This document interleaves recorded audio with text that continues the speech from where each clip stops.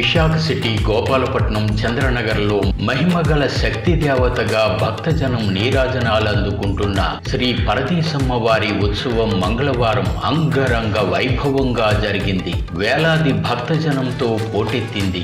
మంగళవారం వేకువజాము నుంచి శ్రీ పరదేశమ్మ వారికి విశేష పూజలు నిర్వహించారు. పెద్ద సంఖ్యలో భక్తులు అమ్మవారికి మొక్కులు తీర్చుకున్నారు.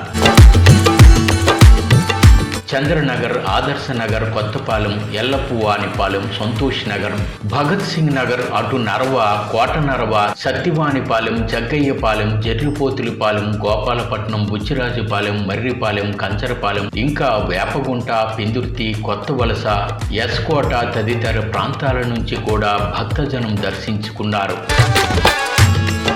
కోర్కెలు తీర్చే కల్పవల్లిగా పేరొందడంతో శ్రీ పరదేశమ్మ వారి ఉత్సవానికి స్థానిక భక్తులు వారి బంధుమిత్రులను కూడా ఆహ్వానించి పండుగ జరుపుకున్నారు. శ్రీ పరదేశమ్మ వారి ఆలయ కమిటీ ఆధ్వర్యాన ఈ మహోత్సవం విజయవంతమైంది.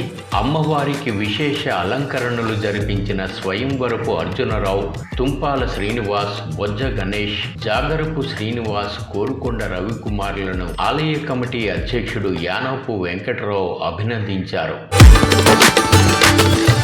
ఉత్సవానికి విచ్చేసిన భక్తజనానికి అనేక సేవా సంఘాలు సేవలందించాయి. శ్రీ పరదేశమ్మ ఆలయానికి విచ్చేసే రిటైర్డ్ పెన్షనర్లు 50 కిలోల పులిహోర, మజ్జిగ పంపిణీ చేశారు. ఆదిత్య కన్స్ట్రక్షన్స్ తో పాటు ఆర్జే ఈవెంట్స్ ఆధ్వర్యాన పైనాపిల్ హల్వా, పులిహోర, అమ్మవారి చిత్రాలు పంపిణీ చేశారు. బొద్దపు నాగభూషణం పేరిట ఆలయంలో గ్రిల్స్ ఏర్పాటు చేశారు. ముత్యాల శెట్టి శ్రీనివాస్ పెద్ద సంఖ్యలో భక్తులకు లడ్డూలు పంపిణీ చేశారు. ఇంకా గౌరీ సేవా సంఘం, సత్యసాయి సమితి భక్తులు, ఇంకా అనేక సంఘాల వారు మజ్జిగ, శీతల పానీయాలు, ప్రసాదాలు పంపిణీ చేశారు.